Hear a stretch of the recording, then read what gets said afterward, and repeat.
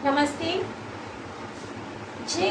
जब दो वर्ण आपस में मिलते हैं तो उससे वर्णों का संयोजन होता है। बिना स्वरों की सहायता लिए कोई भी व्यंजन बोला नहीं जा सकता। ये आप और हम जानते हैं और पिछली कक्षाओं में पढ़ भी चुके हैं। व्यंजनों को बोलने के लिए या तो हमें स्वरों की मात्राओं की मदद लेनी पड़ती है या हर व्यंजन में आ की ध्वनि शामिल होती है। बिना आ की ध्वनि के या बिना मात्राओं के यानी कि बिना स्वरों के हम कोई भी व्यंजन का उच्चारण नहीं कर सकते। नमस्ते, मैं वीना सक्सेना अपने चैनल कायस्थ एजुकेशन में आप लोगों का स्वागत करती हूँ और आज हम इसी विषय में चर्चा करेंगे कि वर्ण संयोग क्या होता है। वर्ण संयोग की जो परिभाषा बनती है, जैसे कि मैंने आपको समझाया, वर्ण संयोग की परिभाषा होती है कि जब दो वर्ण आपस में मिलते हैं तो उसे वर्ण संयोजन कहते हैं।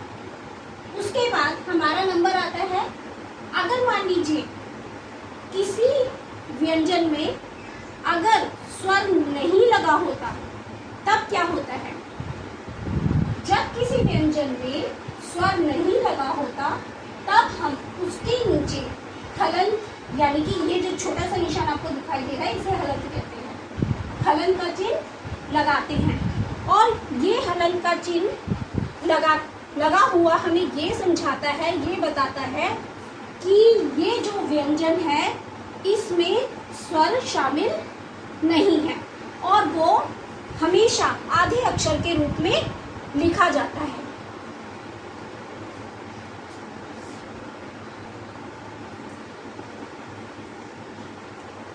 यहाँ देखिए, मैंने कुछ व्यंजन और स्वर दोनों को लिखा है। जैसे सबसे पहले देखिए का के नीचे आप देख रहे हैं यहाँ पे हलंत लगा हुआ है और उसके साथ आ लिखा है। का और आ मिलकर का बनता है। इसमें देखिए जब ये का के संग हमारा स्वर मिल जाता है, व्यंजन के संग हमारा स्वर मिल जाता है, आ स्वर, इसकी कोई मात्रा नहीं होती और ये किस फॉर्म में लिखा गया है। इसमें देखिए यहाँ जब हमने का लिखा है तो यहाँ हमने हलंत का प्रयोग नहीं किया। जब तक इसमें इस का के अंदर ये आ का संयोग यानी कि स्वर का संयोग नहीं होगा तब तक ये वाला का इस फॉर्म में लिखा जाएगा। उसके बाद देखिए खा जमा आ मिलकर खा, इसी प्रकार पा जमा ई मिलकर पी और दा जमा उ मिलकर दू बन जाते हैं। तो इसकी जो परिभाषा बनती है वो क्या बनती है, जब किसी व्यंजन में स्वर मिलता है तो उसे स्वर और व्यंजन का संयोग कहा जाता है।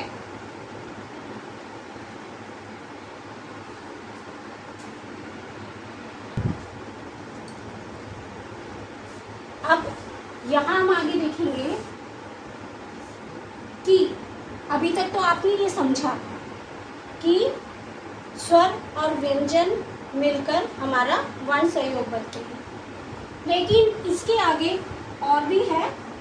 यहाँ देखिए, यहाँ पर है व्यंजन और व्यंजन का संयोग। अब व्यंजन और व्यंजन का संयोग होने पर क्या होता है, तो क्या होता है समझिए।